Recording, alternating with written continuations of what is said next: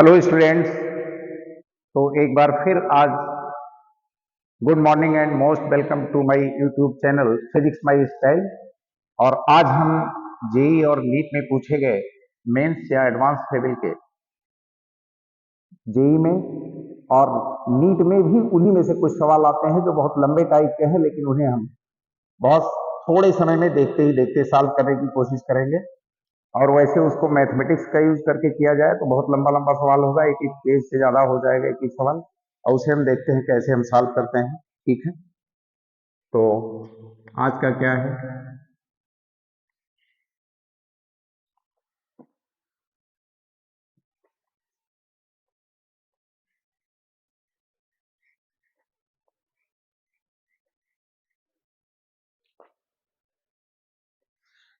Problems based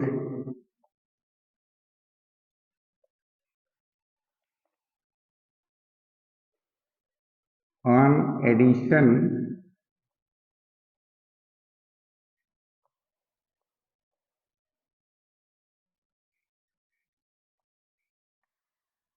of vector. इस पर आज हम फिर पढ़ेंगे और ये हमारा होगा लेक्चर नंबर 4। Lecture number 4। ठीक, तो इसमें हम प्रॉब्लम के थ्रू बताएंगे। ये क्वेश्चन, ये प्रॉब्लम नीट में पूछा गया था बच्चों। ये प्रॉब्लम नीट में पूछी गई है। कब?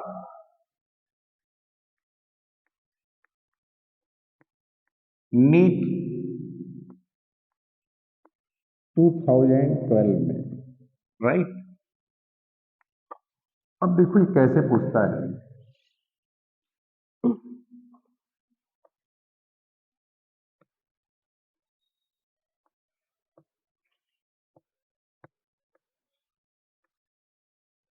ये frame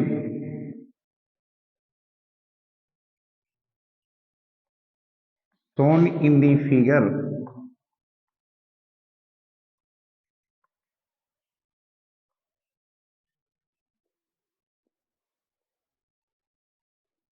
is in equilibrium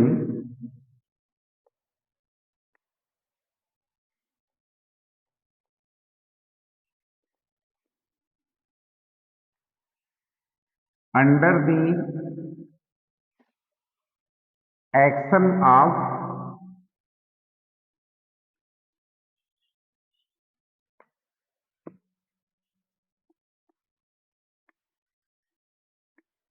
three forces F1, F2, F3 and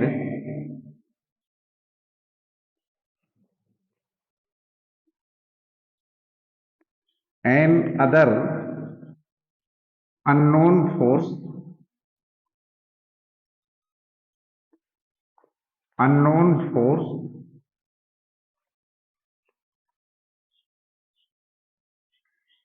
alongside AD.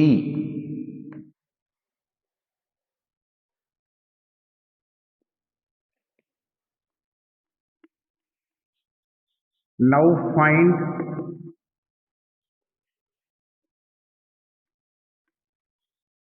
magnitude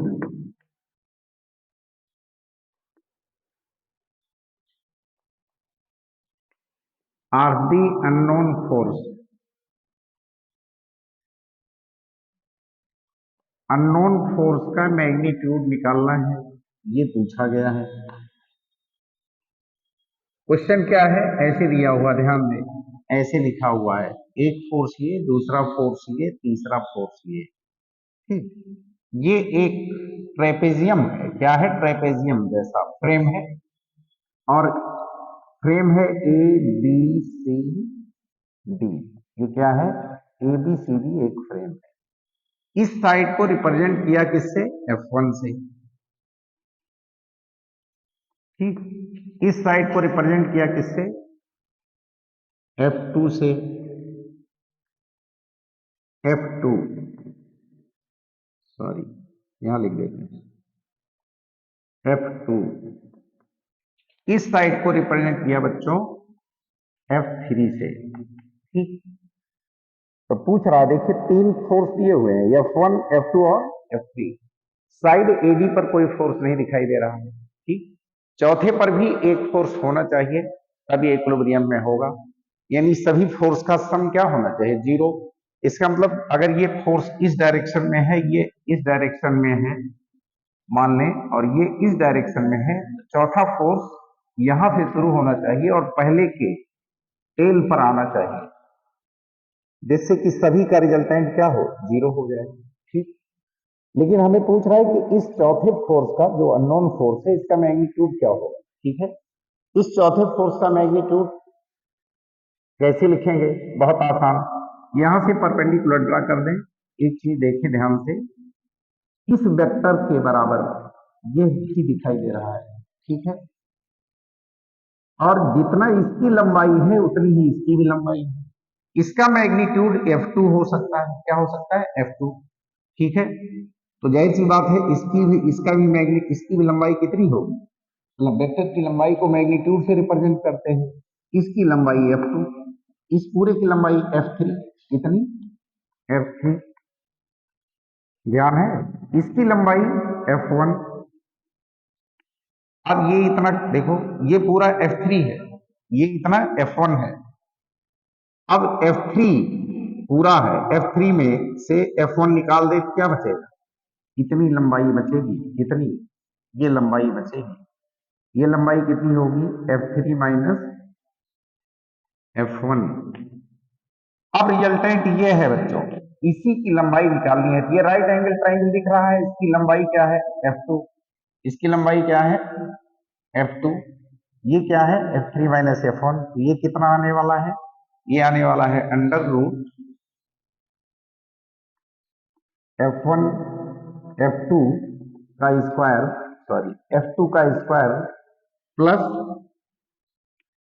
F3 minus F1 का whole square. This is the answer, यही है आंसर बेटा, यही क्या है आंसर। ठीक है, चौथा फोर्स इस साइड की लेंथ को रिप्रेजेंट करेगा और वो डी से ए की तरफ होगा, किधर होगा, डी से ए की तरफ होगा, जिससे कि चौथे फोर्स अननोन फोर्स का हेड कहां पहुंच जाए, पहले फोर्स के टेल पर पहुंच जाए, तो रिजल्टेंट क्या आएगा, 0।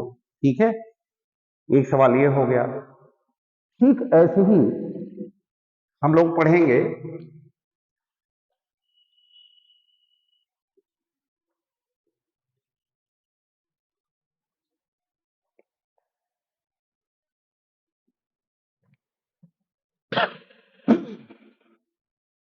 ऐसे ही जेई में पूछा एक बार। ठीक है, प्रॉब्लम नंबर 2, इसको देखो, प्रॉब्लम नंबर 2। ठीक है, ये पूछा जेई। ठीक है, जेई एडवांस में पूछा हुआ सवाल है, इसमें एडवांस। ठीक, जेई एडवांस में पूछा हुआ सवाल है, और एडवांस में किस साल पूछा गया, उसी साल 2012 में पूछा गया ये भी सवाल। ठीक है, कैसे पूछा,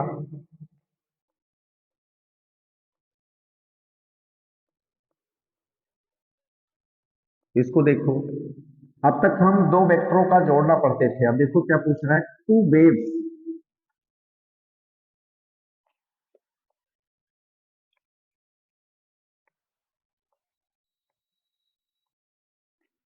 of displacement y1 equals to 4 sin theta and y2 equals to 3 cos theta।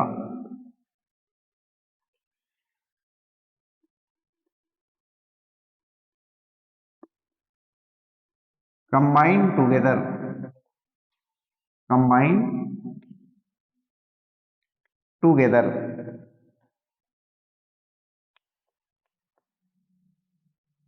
Now calculate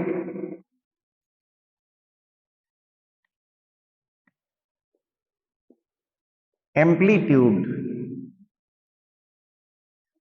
क्या पूछ रहा है? Amplitude of resultant wave. Resultant wave का एम्पलीट्यूड पूछ रहा है, ठीक है। अब देखो इसका भी सॉल्यूशन बहुत आसान है, सिंपल सी बात है, सीधा कह लो इन दोनों को जोड़ने की बात कह रहा है। कंबाइन टुगेदर माने दोनों मिक्सअप होते हैं, मिक्सअप होने का मतलब दोनों सुपर इंपोज करती हैं। सुपर इंपोज, सुपरपोजिशन प्रिंसिपल में पढ़ा होगा, दो वेव सुपर इंपोज करती हैं। सुपर इंपोज करती हैं तो उसकी शर्त क्या है? दोनों के बीच फेज डिफरेंस हमें पता होना चाहिए। ध्यान दो, ये साइन में है, इसको भी साइन में बदल लें। साइन में बदलेंगे तो कैसे कर देंगे? ये बदल के हो जाएगा 3 साइन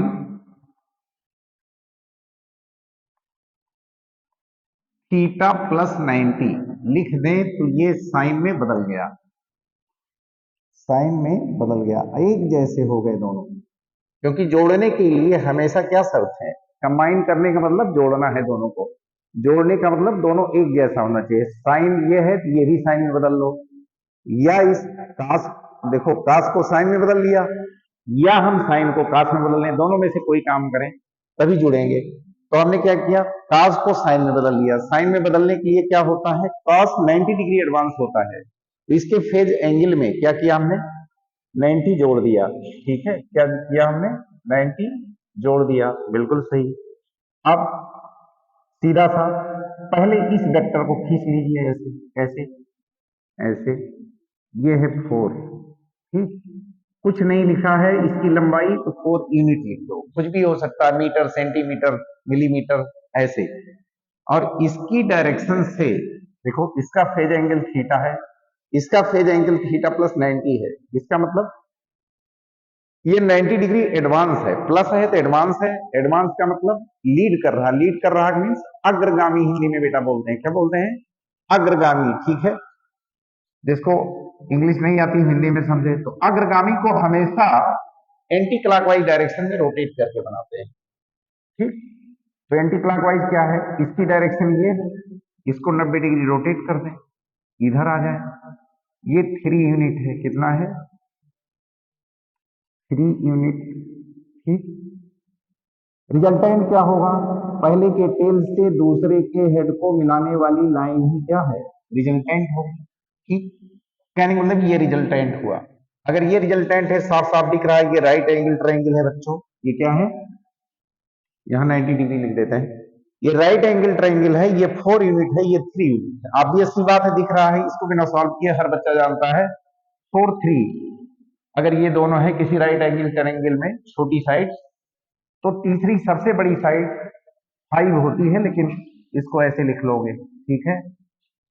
4 का स्क्वायर प्लस 3 का square equals to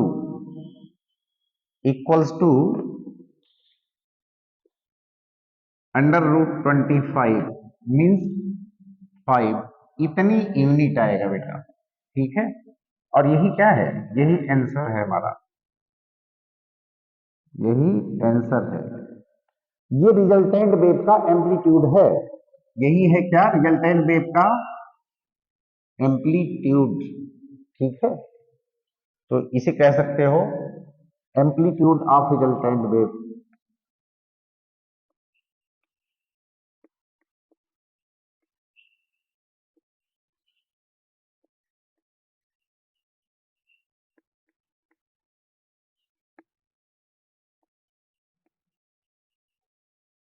resultant wave का एम्पलीट्यूड इसको कहते हैं, ठीक है।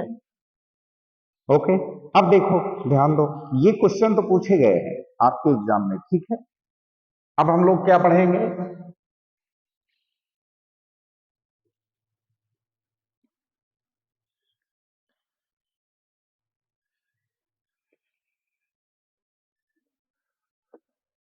जो पूछा हुआ क्वेश्चन रहता है बच्चों, इसी में थोड़ा सा सुधार करके जे एडवांस वाले पूछते हैं तो कहते हैं ये एडवांस का क्वेश्चन बन गया। ठीक, अब जैसे दो वेक्टर के एडिशन पर जे एडवांस वालों ने पूछ लिया, ठीक है।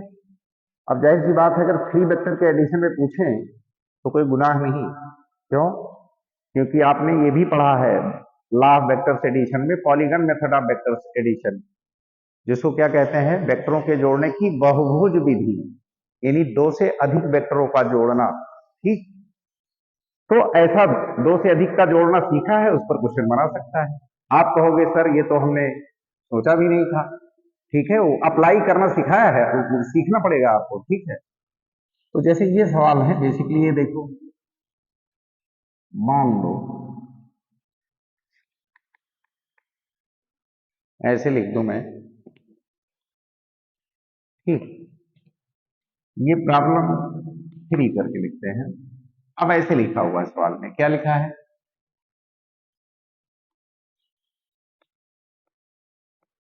बहुत इंपॉर्टेंट क्वेश्चन है। ठीक है, आ सकता है ये,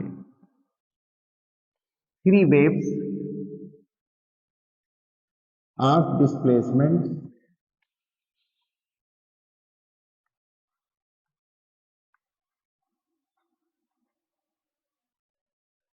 displacements y1 equals to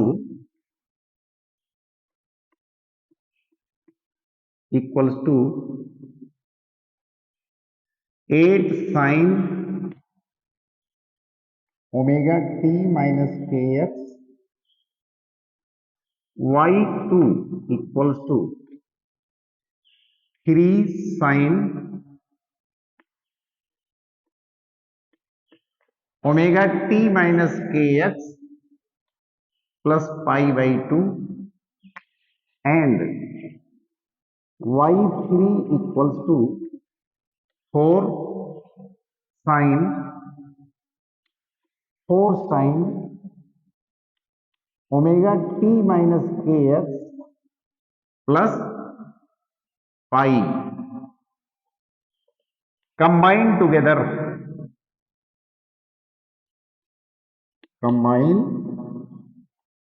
combine माने आपस में मिलती है, combine together.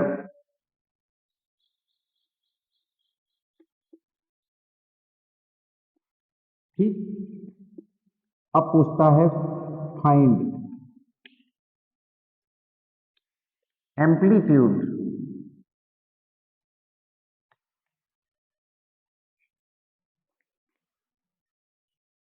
Of resultant wave, of resultant wave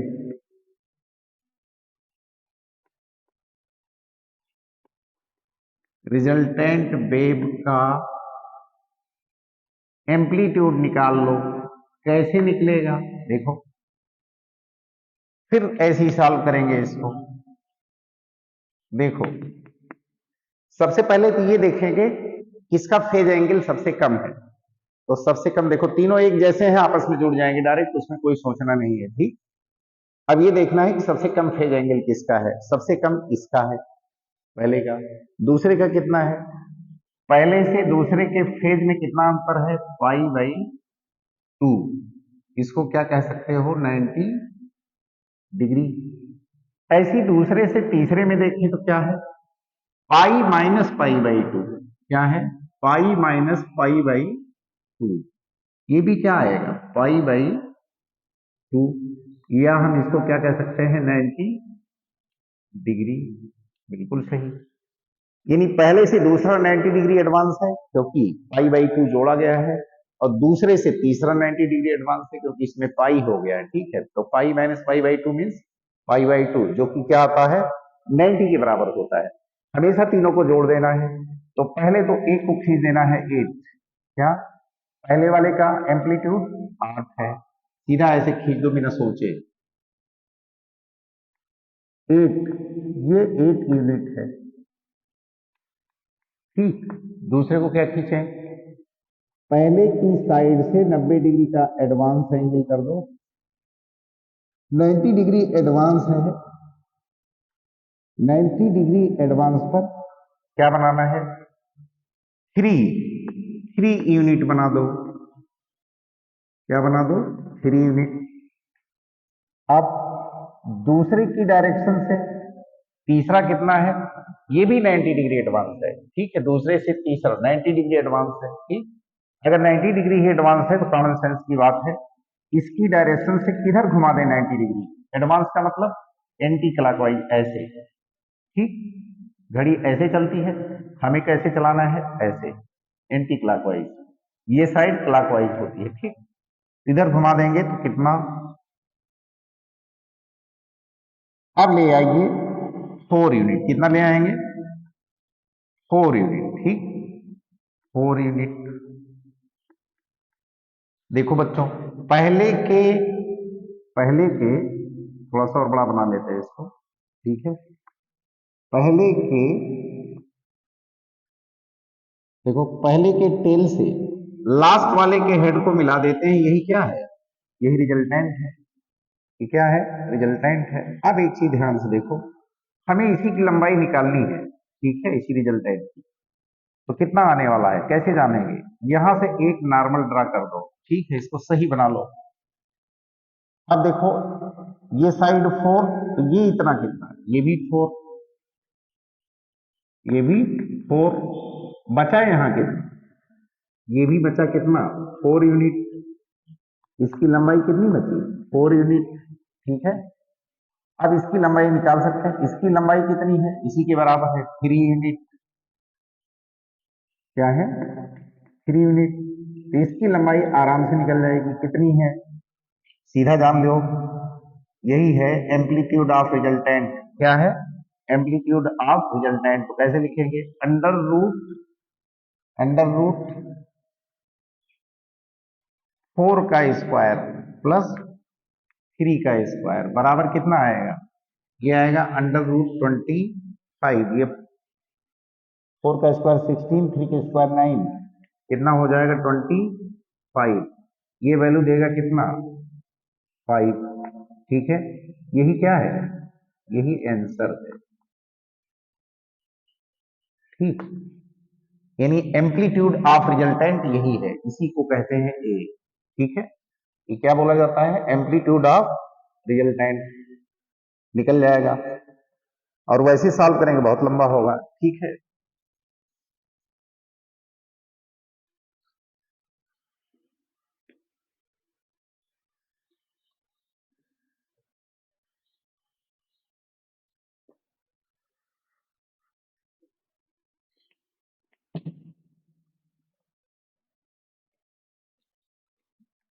देखें, अब एक प्रॉब्लम ये है, ये भी पूछी जा सकती है कभी, ठीक है। वो कैसे, देखो,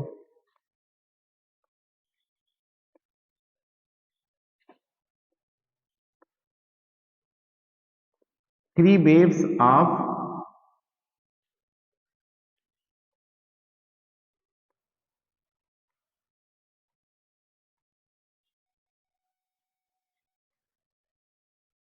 displacements y1 equals to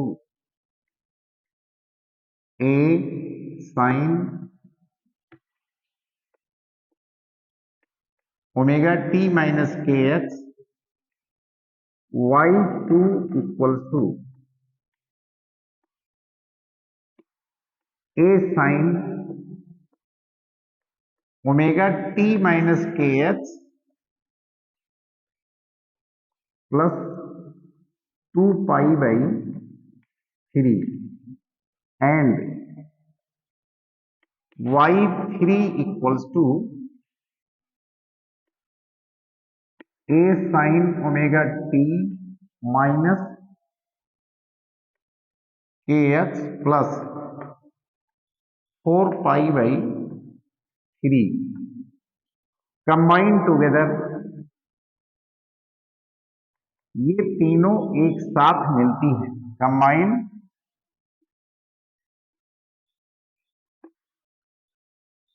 together. इसमें भी यही पूछेगा, नाउ कैलकुलेट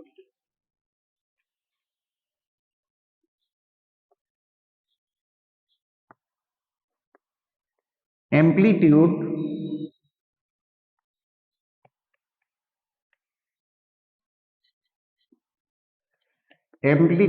ऑफ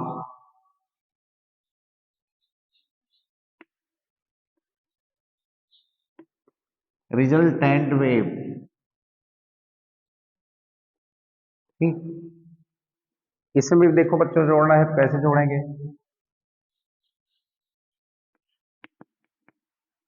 इसमें देखो तीनों का एम्पलीट्यूड सेम, इसका मतलब कुछ ऐसा ट्रायंगल बनने वाला है जिसमें ट्रायंगल की तीनों साइड क्या होंगी? सेम। ध्यान दो, यहां से देखो ट्रायंगल बनेगा कि नहीं बनेगा, ये कैसे जानेंगे? देखो इसका फेज एंगल सबसे कम, इससे ज्यादा ये, कितना ज्यादा? 2π/3। 2π/3 कहें तो इसको क्या लिख सकते हो? 2π/3 कहें तो कितना लिख सकते हो? 2π/3 मीन्स 2 × 180, यानी सीधा ये लिख लो, इसको ये लिख सकते हो 2 × 180/3। ठीक है, कितना देगा? 360। ये आया कितना? 6×2 = 120 डिग्री। ठीक, ध्यान से देखो 4π/3 में से 2π/3 अगर घटा दो तो कितना आने वाला है? कितना आने वाला है? वो भी वही आएगा। कितना आएगा? ये आएगा, देखो 4π/3 में से अगर हम 2π/3 घटा दें, ठीक, तो हर दोनों का सेम है, डिनोमिनेटर सेम है, तो जाहिर सी बात है डायरेक्ट ये सब्ट्रैक्ट हो जाएगा, तो ये भी आएगा क्या? 2π/3। ठीक है, और ये भी 180 डिग्री ही होगा। क्या होगा? वो सॉरी 100, सॉरी ये 120 डिग्री होगा, समझ रहे हैं? ये भी 120 डिग्री ही होगा। जाहिर सी बात है, पहले से दूसरा 120 डिग्री एडवांस है, दूसरे से तीसरा 120 डिग्री एडवांस है। इसको हम सॉल्व कैसे करेंगे? बिल्कुल ऐसे कर देंगे। एक देखो, इसको सॉल्व ऐसे ही करेंगे, तीनों का एम्पलीट्यूड सेम है। ठीक, तीनों के एम्पलीट्यूड सेम, तो ध्यान दो, पहले को ऐसे खींचो, इसको बोलेंगे ए। ए की पहले की डायरेक्शन से दूसरा कितना एडवांस? 120 डिग्री, क्योंकि इसमें जोड़ा गया है। ठीक, जोड़ने का मतलब advance means anti clockwise direction में घुमा दो, कितना? 120। यहां से कितना बना दें इसको? 60। क्या बना दें? 60। ये बना दें 60 डिग्री अंदर वाला। ठीक है, तो बाहर वाला 120 डिग्री हो जाएगा। और दूसरे की डायरेक्शन से तीसरा किधर है? अब देखिए इसकी लंबाई भी ए है, ये भी ए यूनिट है, ये भी ए यूनिट है। तीसरा दूसरे की डायरेक्शन से कितना घुमा दे? 120 डिग्री। यहां से लाके कहां मिला दो? यहां। ठीक है, यहां मिला दो, यहां मिला, ये भी 120 डिग्री। ठीक, एक इक्विलेटरल ट्रायंगल बनेगा। ठीक है, क्योंकि 120 दो बार जहां घुमाए, तुरंत ही जान लो कि तीसरा वाला कहां पहुंचेगा? पहले वाले के टेल पर बनेगा। ठीक है, पहुंचेगा। तो ये भी 60 डिग्री है, ये भी 60 डिग्री है, ये भी 60 डिग्री है। डिग्री से नहीं मतलब एम्पलीट्यूड दिख रहा है। क्या दिख रहा है? फ्रॉम फिगर, फ्रॉम फिगर हम डायरेक्ट लिख सकते हैं, फ्रॉम फिगर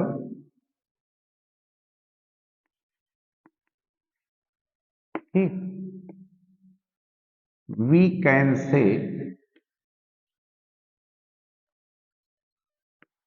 एम्पलीट्यूड, या एम्पलीट्यूड ऑफ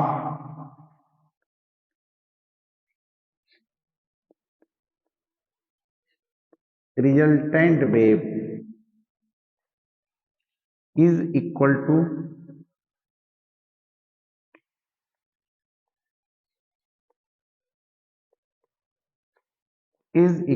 टू जीरो। क्या होगा, 0। ठीक है, सॉल्व कर लिया हमने। अब इसके बाद देखो एक सवाल और बताता हूं आपको, इसको देखो कैसे आता है। सभी एडिशन ऑफ वेक्टर्स पर ही है, बस आपको आना चाहिए। ठीक है, दो वेक्टर जोड़ने आना चाहिए, तीसरा अपने आप। 2 3 4। अब देखो हम और एक बड़ा सवाल बता देते हैं। ठीक है, मान लो आपसे ये पूछ लिया कभी ऐसे, क्या कह रहा है, 6 forces, 6 forces F1 F2 F3 F4 F5 and, या ऐसे लिखिए F6।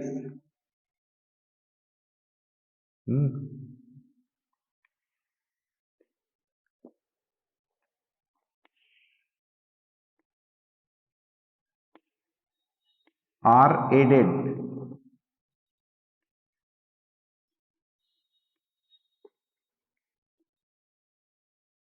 such that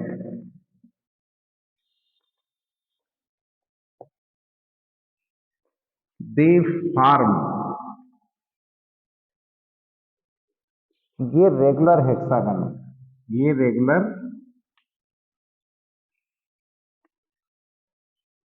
hexagon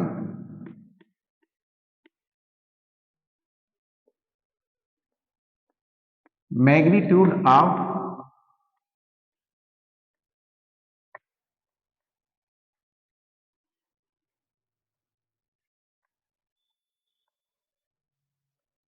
each force is equal to F, equal to F, यानी सभी force F1 F2 F3 F4 F5 F6 सभी का क्या है, मैग्नीट्यूड क्या है, सेम है, मतलब लंबाई सेम है। ठीक, और रेगुलर हेक्सागन बनाते हैं जोड़ने के बाद। ठीक है, अब क्या कह रहा है, नाउ कैलकुलेट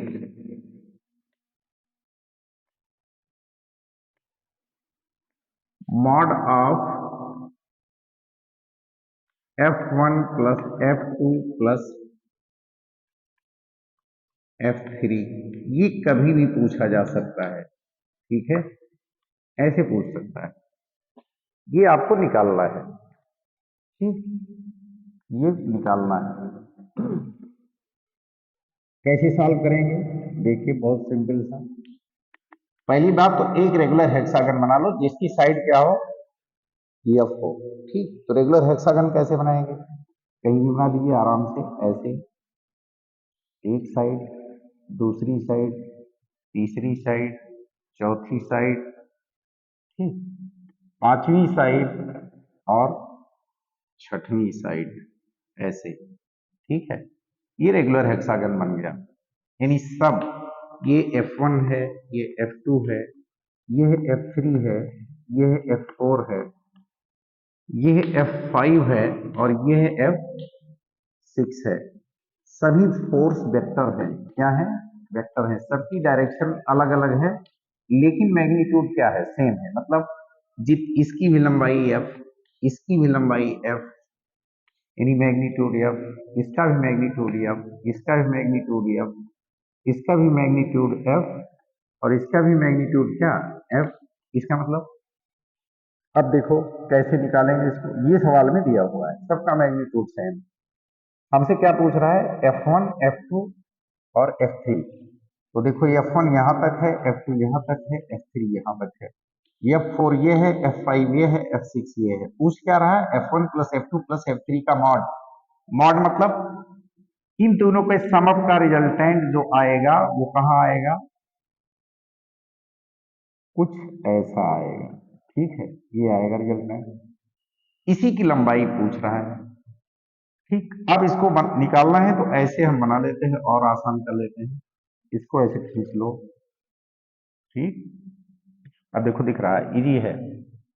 इसका सेंटर है, अगर देखो तो ध्यान से, हमको पता है रेगुलर हेक्सागन में सभी एंगल कितने कितने डिग्री के होंगे। जितना साइड है उस साइड से 360 को डिवाइड कर दें, कितना बनता है देखो, 360 डिग्री को अगर रेगुलर हेक्सागन बना तो 6 से भाग दो, ऑक्टागन बना तो 8 से भाग दो। ठीक है, जितना गन बना, रेगुलर बना, साइड लेंथ अगर बराबर है तो उसको उस नंबर ऑफ साइड से डिवाइड कर देंगे। 6 साइड है, 6 से डिवाइड किया बच्चों, कितना आया 300, सॉरी कितना आया 60 डिग्री। ठीक है, तो ये आएगा हमारा क्या 60 डिग्री। इसका मतलब हर कोई एंगल यहाँ पर कितना है, ये 60, ये 60, ये 60, ये 60, ये भी 60 और ये भी 60, सभी क्या है 60 60 है, सब 60 60 डिग्री है। ठीक है, ये 60 डिग्री, सभी 60 डिग्री है। ठीक, तो एक चीज ध्यान दोगे, डिग्री का निशान यही लगाया जाता है, सभी 60 60 डिग्री है। ठीक, अब एक चीज यहां से देखो, अगर हमसे पूछ रहा है कि ये लंबाई कितनी है, ठीक, तो ध्यान से देखो, इसकी लंबाई निकाल लें, इसकी लंबाई निकाल लें, दोनों जोड़ ले, साफ साफ एक ही लाइन में है, वही रिजल्टेंट है F1 plus F2 plus F3 का मॉड। कैसे, ये एक क्या है, क्या दिख रहा है पैरेललोग्राम। इस पैरेललोग्राम में जितनी लंबाई इस साइड की है उतनी ही इस साइड की भी लंबाई है। तो अगर ये कितना है F, तो ये भी क्या है F। ठीक, ऐसे इसमें देखो, जितनी लंबाई इसकी है उतनी लंबाई इसकी है, यानी अगर इसकी F है तो ये भी कितना है F है। क्या है F है, यहीं से देख लो। ठीक, अब ऐसे देखो, इस पैरेललोग्राम में इसको भी देख लो, ये भी एक पैरेललोग्राम है, सेम दिख रहा है। इस पैरेललोग्राम में इसके सामने की साइड, इस पैरेललोग्राम में इसके सामने की साइड कौन है ये, इसकी भी लंबाई कितनी होनी चाहिए F, कितनी होनी चाहिए F। तो इस पैरेललोग्राम से देखो, इसकी साइड चूंकि F लंबाई की है, ये साइड F लंबाई की है, इसलिए इसके सामने की साइड भी F लंबाई की ही होगी। और ठीक ऐसे मैंने दो पैरेललोग्राम की जरूरत पड़ी, एक पैरेललोग्राम इसकी, जहां से दिखा कि इसकी लंबाई के बराबर इसकी लंबाई है, ये F है तो ये भी F है। एक पैरेललोग्राम ये, यहां से दिखा जितनी लंबाई इसकी है उतनी लंबाई यहां भी होगी F। साफ साफ दिख रहा है बच्चों, रिजल्टेंट का मैग्नीट्यूड क्या होगा, देख के मार दो फटाफट। तो जाहिर सी बात है, फ्रॉम फिगर यही सोल्यूशन है, from figure mod of F1 plus F2 plus F3 सबका मॉड क्या देने वाला है F प्लस F। दो बार लिख देते हैं जिससे आपको समझने में दिक्कत ना हो। ये हो गया 2F, यही है फिगर से। वैसे सॉल्व करते तो हम दो वेक्टरों को पहले जोड़ते, किस मेथड से, R equals to A plus B. दो वेक्टर को जोड़ने पर रिजल्टेंट आ रहा था, तो इसका और इसका रिजल्टेंट निकालते हैं।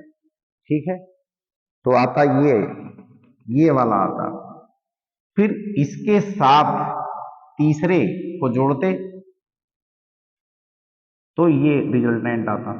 दो बार करते हो बोर्ड पूरा भर जाता, सवाल हल होता है या गलत हो जाता, कोई संभावना ठीक ठाक नहीं है, ज्यादा लोग गलत ही कर जाते हैं। ठीक है, लेकिन हमें जरूरत है, मान लो नहीं भी गलत करते तो भी एक चीज तो दिक्कत आती ही, टाइम ज्यादा लेता, और हमें टाइम को बचाना है एग्जामिनेशन हॉल में। ठीक है, देख करके तुरंत ही टिक मारना है, आगे बढ़ना है। इस तरीके से करेंगे तो आपका एडवांस जैसे एग्जाम का पेपर भी बहुत आसानी से सॉल्व होगा। ठीक है, okay guys, thank you for watching my physics my style channel. और इसके अगले दिन का लेक्चर जरूर देखिएगा, मैं उस पर रिजोल्यूशन ऑफ वेक्टर पर न्यूमेरिकल बताऊंगा और साथ साथ उसको समझाऊंगा, बिल्कुल नो डाउट।